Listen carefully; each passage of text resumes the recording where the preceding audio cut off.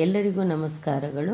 ಇಂದಿನ ವಿಡಿಯೋದಲ್ಲಿ ನಾವು ವಿಜ್ಞಾನ 6ನೇ ತರಗತಿ ಭಾಗ 2ರ ನಮ್ಮ ಸುತ್ತಲ ಗಾಳಿ ಪಾಠದ ಪ್ರಶ್ನೋತ್ತರಗಳನ್ನು ನೋಡೋಣ. ಅಭ್ಯಾಸಗಳು. ಮೊದಲನೆಯ ಪ್ರಶ್ನೆ, ಗಾಳಿಯ ಘಟಕಗಳು ಯಾವುವು?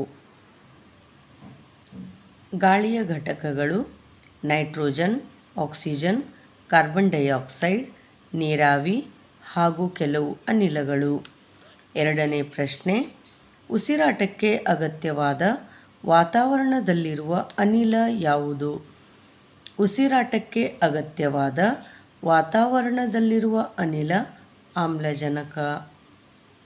ಮೂರನೇ ಪ್ರಶ್ನೆ, ವಸ್ತುಗಳು ಉರಿಯಲು ಗಾಳಿಯು ಸಹಕರಿಸುತ್ತದೆ ಎಂಬುದನ್ನು ಹೇಗೆ ನಿರೂಪಿಸುವಿರಿ? ಅಂದರೆ ವಸ್ತುಗಳು ಉರಿಯಲು ಗಾಳಿಯ ಅವಶ್ಯಕತೆ ಇದೆ ಎಂಬುದನ್ನು ನಾವು ಒಂದು ಪ್ರಯೋಗದ ಮೂಲಕ ನಿರೂಪಿಸಬೇಕಾಗತ್ತೆ.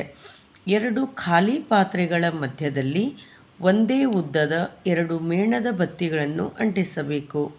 ನಂತರ ಗಾಜಿನ ಲೋಟದಿಂದ 1 ಮೇಣದ ಬತ್ತಿಯನ್ನು ಮುಚ್ಚಬೇಕು. 2 ಮೇಣದ ಬತ್ತಿಗಳನ್ನು ಎಚ್ಚರಿಕೆಯಿಂದ ಗಮನಿಸಿದಾಗ ಲೋಟದಿಂದ ಮುಚ್ಚಿದ ಮೇಣಬತ್ತಿಯು ಸ್ವಲ್ಪ ಸಮಯದ ನಂತರ ಆರಿಹೋಗುತ್ತದೆ. ಇನ್ನೊಂದು ಉರಿಯುತ್ತಲೇ ಇರುತ್ತದೆ. ಇದರಿಂದ ನಾವು ವಸ್ತುಗಳು ಉರಿಯಲು ಗಾಳಿಯ ಅವಶ್ಯಕತೆ ಇದೆ ಎಂದು ತಿಳಿಯುತ್ತದೆ. ನಾಲ್ಕನೇ ಪ್ರಶ್ನೆ, ನೀರಿನಲ್ಲಿ ಗಾಳಿಯು ಕರಗಿದೆ ಎಂದು ಹೇಗೆ ತೋರಿಸುವಿರಿ? ಒಂದು ಪಾತ್ರೆಯಲ್ಲಿ ಸ್ವಲ್ಪ ನೀರು ತುಂಬಿ ಕಾಯಿಸಬೇಕು.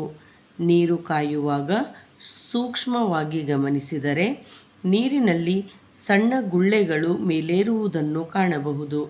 ಅಂದರೆ ನೀರಿನಲ್ಲಿ ಕರಗಿರುವ ಗಾಳಿಯು ಚಿಕ್ಕ ಚಿಕ್ಕ ಗುಳ್ಳೆಗಳ ರೂಪದಲ್ಲಿ ಹೊರಬರುವುದನ್ನು ಕಾಣುತ್ತೇವೆ. ಇದರಿಂದ ನೀರಿನಲ್ಲಿ ಗಾಳಿಯು ಕರಗಿದೆ ಎಂದು ತೋರಿಸಬಹುದು.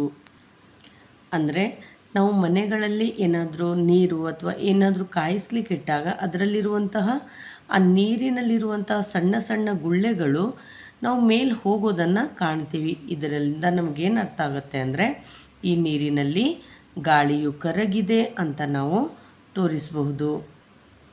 ಐದನೇ ಪ್ರಶ್ನೆ, ಹತ್ತಿ ಉಣ್ಣೆಯ ಉಂಡೆಯು ನೀರಿನಲ್ಲಿ ಏಕೆ ಸಣ್ಣದಾಗುತ್ತದೆ? ಅಂದರೆ ನಾವು ಹತ್ತಿ ಉಣ್ಣೆಯ ಉಂಡೆಯನ್ನು ನೀರಿನಲ್ಲಿ ಅದ್ದಿದಾಗ ಅದು ಗಾತ್ರದಲ್ಲಿ ಸಣ್ಣದಾಗುತ್ತದೆ. ಏಕೆಂದರೆ ಹತ್ತಿ ಉಣ್ಣೆಯ ಉಂಡೆಯಲ್ಲಿ ಸಾಕಷ್ಟು ಪ್ರಮಾಣದ ಗಾಳಿಯು ಸೇರಿಕೊಂಡು ಅದು ದೊಡ್ಡದಾಗಿರುತ್ತದೆ. ಅದನ್ನು ನೀರಿನಲ್ಲಿ ಅದ್ದಿದಾಗ ಅದರಲ್ಲಿರುವ ಗಾಳಿಯು ಹೊರಗೆ ಹೋಗಿ ಹತ್ತಿ ಉಣ್ಣೆಯ ಉಂಡೆಯು ಸಣ್ಣದಾಗುತ್ತದೆ. ಆರನೇ ಪ್ರಶ್ನೆ, ಭೂಮಿಯನ್ನು ಆವರಿಸಿದ ಗಾಳಿಯ ಪದರವೇ ವಾತಾವರಣ. ಏಳನೇ ಪ್ರಶ್ನೆ, ಹಸಿರು ಸಸ್ಯಗಳು ತಮ್ಮ ಆಹಾರ ತಯಾರಿಸಲು ಬಳಸುವ ಗಾಳಿಯ ಘಟಕ ಕಾರ್ಬನ್ ಡೈಆಕ್ಸೈಡ್ ಅಥವಾ ಇಂಗಾಲದ ಡೈಆಕ್ಸೈಡ್. ಎಂಟನೇ ಪ್ರಶ್ನೆ, ಗಾಳಿ ಇರುವುದರಿಂದ ಸಾಧ್ಯವಾಗುವ 5 ಚಟುವಟಿಕೆಗಳನ್ನು ಪಟ್ಟಿ ಮಾಡಿ. ಅಂದರೆ ಗಾಳಿ ಇರೋದರಿಂದಾನೇ ಆ ಚಟುವಟಿಕೆ ಅಥವಾ ಆ ಕೆಲಸ ಸಾಧ್ಯ ಆಗುವಂತಹ 5 ಚಟುವಟಿಕೆಗಳು ಅಂದರೆ ನಾವು ಉಸಿರಾಡುವುದು, ನಾವು ಅಂದರೆ ಪ್ರಾಣಿಗಳು, ಪಕ್ಷಿಗಳು, ಸಸ್ಯಗಳು, ಸಜೀವಿಗಳು ಉಸಿರಾಡುವುದು, ಗಾಳಿಯಿಂದ ವಿದ್ಯುತ್ ತಯಾರಿಸಬಹುದು, ಮತ್ತು ಬಟ್ಟೆಗಳು ಸಹ ಗಾಳಿಯಿಂದ ಒಣಗುತ್ತವೆ, ಬೆಂಕಿ ಉರಿಯಲು ಗಾಳಿ ಸಹಾಯಕ, ಪಕ್ಷಿಗಳು, ಕೀಟಗಳು ಹಾರಲು ಸಹ ಗಾಳಿ ಸಹಾಯಕ. ಇನ್ನಿತರೆ ಯಾವುದಾದ್ರೂ ಇದ್ದರೆ ನೀವು ಇದಕ್ಕೆ ಸೇರಿಸಬಹುದು. ಮತ್ತು 9ನೇ ಪ್ರಶ್ನೆ, ವಾತಾವರಣದಲ್ಲಿನ ಅನಿಲಗಳ ವಿನಿಮಯಕ್ಕೆ ಸಸ್ಯಗಳು ಮತ್ತು ಪ್ರಾಣಿಗಳು ಹೇಗೆ ಪರಸ್ಪರ ಸಹಕರಿಸುತ್ತವೆ? ಅಂದರೆ ಈಗ ನಾವು ಬದುಕಲಿಕ್ಕೆ ಸಸ್ಯಗಳು ಅಥವಾ ಪ್ರಾಣಿಗಳು ಒಬ್ರಿಗೊಬ್ಬರು ಹೇಗೆ ಸಹಕರಿಸುತ್ತವೆ ಎಂಬುದನ್ನು ನಾವು ಈ ಪ್ರಶ್ನೆಗೆ ಉತ್ತರಿಸಬೇಕಾಗತ್ತೆ. ಸಸ್ಯಗಳು ದ್ಯುತಿ ಸಂಶ್ಲೇಷಣೆ ಪ್ರಕ್ರಿಯೆಯಲ್ಲಿ ಕಾರ್ಬನ್ ಡೈಆಕ್ಸೈಡನ್ನು ತೆಗೆದುಕೊಂಡು ಆಕ್ಸಿಜನನ್ನು ನೀಡುತ್ತದೆ. ಅಂದರೆ ಅವುಗಳು ತಮ್ಮ ಆಹಾರ ತಯಾರಿಸಲು ಕಾರ್ಬನ್ ಡೈಆಕ್ಸೈಡ್ ಅಥವಾ ಇಂಗಾಲದ ಡೈಆಕ್ಸೈಡನ್ನು ತೆಗೆದುಕೊಂಡು ಆಕ್ಸಿಜನನ್ನು ನೀಡುತ್ತವೆ.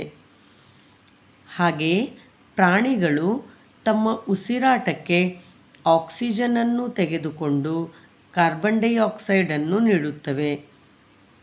ಹೀಗೆ ಸಸ್ಯಗಳು ಮತ್ತು ಪ್ರಾಣಿಗಳು ಪರಸ್ಪರ ಅನಿಲಗಳ ವಿನಿಮಯಕ್ಕೆ ಸಹಕರಿಸುತ್ತವೆ.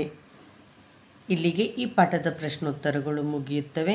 ನಿಮಗೆ ಈ ನಮ್ಮ ವಿಡಿಯೋ ಇಷ್ಟವಾದಲ್ಲಿ ನಿಮ್ಮ ಫ್ರೆಂಡ್ಸ್ ಮತ್ತು ಅವಶ್ಯಕತೆ ಇದ್ದವರಿಗೆ ದಯವಿಟ್ಟು ಶೇರ್ ಮಾಡಿ. ನಿಮಗೆ ಇದರಲ್ಲಿ ಇಷ್ಟವಾದಂತಹ ಪ್ರಶ್ನೆ ಮತ್ತು ಉತ್ತರವನ್ನು ಕಾಮೆಂಟ್ ಮಾಡಿ. ಈ ಪಾಠಕ್ಕೆ ಸಂಬಂಧಪಟ್ಟಂತೆ ನಿಮಗೆ ಏನಾದರೂ ಸಮಸ್ಯೆಗಳಿದ್ದರೆ ಅದನ್ನು ಸಹ ಕಾಮೆಂಟ್ ಮಾಡಿ. ಹಾಗೆಯೇ ಮುಂದಿನ ವಿಡಿಯೋಗಳಿಗಾಗಿ ನಮ್ಮ ಚಾನಲನ್ನು ಸಬ್ಸ್ಕ್ರೈಬ್ ಮಾಡಿ. ಸಿಗೋಣ ಮುಂದಿನ ವಿಡಿಯೋದಲ್ಲಿ. ಧನ್ಯವಾದಗಳು.